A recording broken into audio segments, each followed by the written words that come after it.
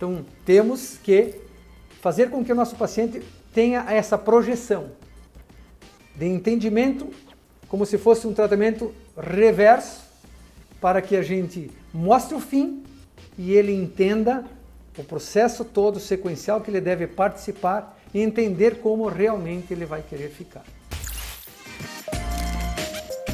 Olá, colegas da odontologia. Meu nome é Paulo Pasquale, sou mestre, doutor e pós-doutorando em implantodontia, com ênfase em transplante celular odontológico. E hoje iremos falar nesse vídeo sobre um assunto, para mim, um dos mais importantes nas reabilitações com a necessidade de implante, que é a anamnese para reabilitações de maxilas totais atróficas. Havendo necessidade de compreender a estrutura óssea remanescente para podermos visualizar e também orientar os nossos pacientes às possibilidades de reabilitação protética, devolvendo a sua função e devolvendo a sua estética. Faremos um vídeo onde demonstraremos imagens para ficar mais dinâmico e trocarmos melhores entendimentos a respeito desse assunto. Vamos lá, então. Inicialmente, então, vamos projetar algumas imagens a respeito da anamnese, da análise local, física intraoral. Na primeira imagem, mostrando uma imagem total da atrofia da maxila. E na sequência, mostrarei 3 fotos que eu acho de primordial importância. Nessa segunda imagem, vamos avaliar se realmente estamos diante de um caso a ser reabilitado como classe 1, classe 2 ou classe 3, o que nos servirá como guia os dentes remanescentes inferiores. Na imagem seguinte, temos as duas imagens de direita e esquerda para fortalecermos o entendimento de classe 1 e classe 2 que estamos perante a esse paciente que está a ser reabilitado.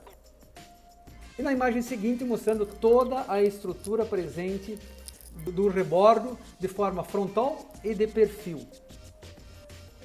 A terceira foto, no meu entender, é de suma importância para sabermos e projetarmos de que forma que iremos fazer a reabilitação de uma forma estética, não tanto funcional como estética, pois se estamos diante de um rebordo que está reabsorvido de um lado direito maior que o lado esquerdo, nós vamos ter um desnivelamento. Logo, temos uma grande tendência de uma reabilitação com desnivelamento de comprimento de dentes, a não ser no caso do sistema protocolo, que através da utilização de gengiva artificial faça esta compensação. Mas para mim, essa foto, ela tem essa posição visual, nos dá uma orientação de uma estética a ser recuperada. Bom, se temos um rebordo reabsorvido mais de um lado que do outro, podemos recuperar através de enxertias ósseas. Como o momento, nesse momento desse vídeo estamos conversando sobre a anamnese, então é de uma importância muito grande sabermos a forma que queremos reabilitar.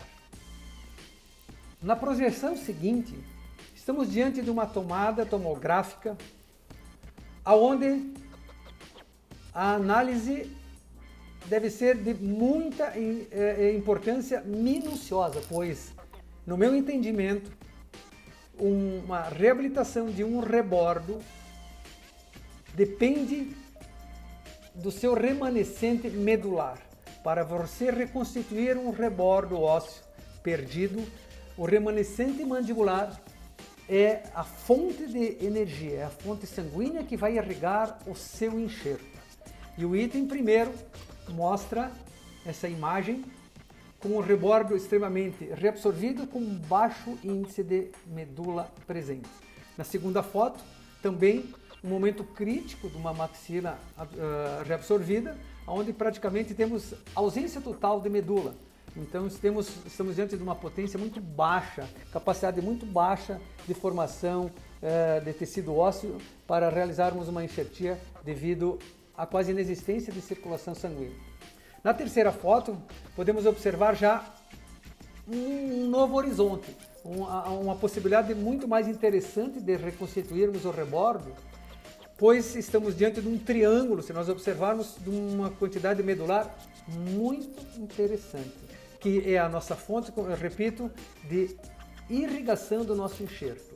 É a nossa fonte que vai nos dar confiança de realizarmos esse enxerto necessário para reabilitarmos essa maxila. Caso a reabilitação decidida por você seja a reconstituição deste rebordo que está atrofiado. Na quarta imagem, nós podemos observar, já mais interessante, mais positivo, a reabilitação desse rebordo devido a uma quantidade de remanescente de medula óssea e também uma altura desse rebordo. Então nós estamos diante de um suporte físico de forma vertical para realizarmos esse enxerto e de um suporte medular capaz de irrigar esse enxerto. E na última foto, podemos observar então um processo presente de rebordo que nos deixa muito estimulado a reabilitar esse paciente no seu rebordo total, pois estamos diante de uma reabilitação com grande presença de medula óssea, onde está presente o sangue medular, que vai irrigar esse enxerto que iremos realizar. E também temos uma altura que vai fazer com que nos dê suporte e sustentação para parafusarmos, para fixarmos o nosso enxerto. Então, se nós observarmos essa sequência dessas 5 imagens do remanescente basal ósseo, é ele que vai nos guiar. E eu diria que nos 2 primeiros, o grau de dificuldade é altíssimo, quase inexistente a possibilidade de fazer a reconstituição do rebordo. Nos 3 últimos, já mais estimulante e nos dão mais a segurança. Essa observação é muito importante, pois muitos insucessos ocorrem nas enxertias ósseas devido à não observação da existência da base medular, não somente da base cortical. A base cortical, nós sabemos que ela tem muitas vezes a presença quase que da dupla cortical sem a presença da medula no meio. Não adianta realizarmos o enxerto, pois estamos diante de uma situação muito crítica de irrigação sanguínea. Esse passo de observação, primeiro do visual no seu todo, se é classe 1, classe 2, classe 3, para ver de que forma vamos reabilitar, e o remanescente medular, o remanescente do rebordo, através de cortes tomográficos, e não somente de panorâmico, porque o panorâmico não nos dá esta imagem de cortes, ele vai nos dar somente de altura e não teremos a imagem que vai nos propiciar a observação da presença da medula óssea, que é, como falei, a nossa base da enxertia óssea. Na sequência, podemos observar formas distintas de reabilitação, que é a forma que você pode orientar o seu paciente. E aqui estamos diante do sistema protocolo, que é uma forma de reabilitação dessa maxila total atrófica, aonde, através de enxertos normalmente a nível de duplo seio maxilar, você consegue realizar a instalação de alguns implantes, de 6 a 8 implantes, a seu critério, e trabalhar de forma fixa. Instalar um trabalho fixo, fazendo com que o paciente se recomponha esteticamente e funcionalmente.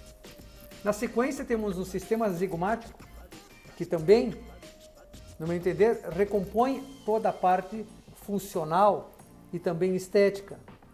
Tem suas complexidades, tem seu grau de necessidades de estruturas maiores e de habilidades dos profissionais, mas também é uma forma de reabilitação. Na sequência, temos a Longford, uma terceira forma de reabilitação, que também não depende de enxertia nenhuma, assim como o zigomático, pois é definido, ambos são definidos pela estrutura óssea remanescente. Porque se você trabalhar com a Longford, é porque você tem estrutura, principalmente de canino a canino, de pré-maxila, uma estrutura para instalar seus implantes e incliná-los devidamente para realizar a sua reabilitação. O que no sistema protocolo, na maioria das vezes, você tem que fazer a enxertia, principalmente a nível de seio maxilar. No zigomático, ele já vem substituindo a nível de seio maxilar, porque você vai instalar os dois implantes zigomáticos, e fazendo alguns apoios a nível de pré-maxila. A quarta reabilitação é um método TCO, é um método que desenvolvi nos últimos 6 anos e que me auxilia muito nas reabilitações, pois eu busco devolver ao paciente totalmente a parte estética e totalmente a parte funcional do paciente e mais ainda a parte de autoestima, a parte que vai fazer com que ele realmente se sinta reabilitado, que ele tenha como falei, essa autoestima, esse amor próprio, resgatando a experiência do passado que ele teve, a experiência dos dentes individualizados. Esse é um detalhe que para mim foi um dos motivos do desenvolvimento do método TCO. Então estamos diante de 4 formas distintas de reabilitações de maxilas atróficas, mas também quero mostrar para vocês que além dessa forma que você vai orientar o seu paciente distintamente das reabilitações que podem ser realizadas, nós temos que fazer o nosso enxerto. E o nosso enxerto temos 2 formas também distintas de realizar. Uma que é através do enxerto de osso autógeno, como demonstra essa foto, onde é removida uma quantidade maior a nível de helíaco de estrutura óssea autógena e é reconstituído, como mostra na imagem, totalmente a curvatura em volume e em altura do rebordo atrofiado.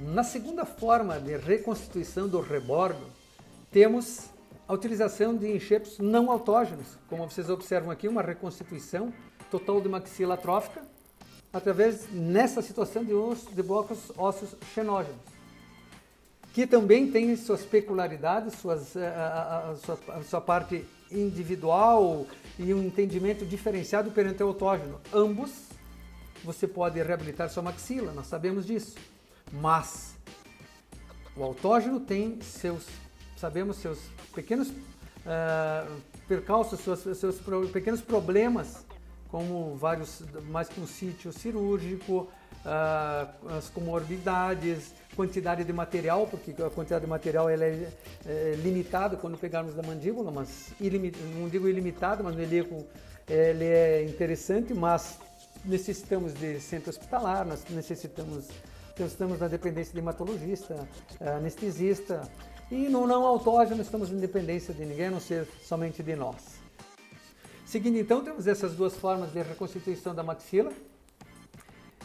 E nas próximas imagens, mostrando de que forma que nós temos que mostrar para o nosso paciente o término, para que na anamnese se decida qual é a forma de reabilitação. Então, meu hábito é fazer com que ele veja o produto final, a forma como será terminada essa reabilitação, se esteticamente vai fazer com que ele se sinta satisfeito, para que ele possa projetar o seu fim. Então, sabemos que no sistema protocolo, sabemos que no sistema zigomático e sabemos que no sistema Alon-4 é desta forma, como estou mostrando na imagem, ou próximo dessa forma, que funcionalmente será o paciente reabilitado. E que, quando utilizarmos o método TCO, é desta forma que o paciente, como mostra na imagem, será reabilitado, através de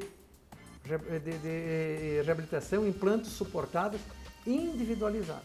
Então, temos que fazer com que o nosso paciente tenha essa projeção de entendimento, como se fosse um tratamento reverso, para que a gente mostre o fim e ele entenda o processo todo sequencial que ele deve participar e entender como realmente ele vai querer ficar. Assim teremos uma anamnese para a nossa orientação e um esclarecimento total ao nosso paciente. Gostaria de agradecer a todos vocês que estão assistindo esse vídeo. Caso queira comentar alguma coisa a respeito do que a gente explanou aqui, comenta abaixo. Gostaria de trocar ideias, também quero aprender e trocarmos experiência é o que vale. Abraço a todos e até semana que vem.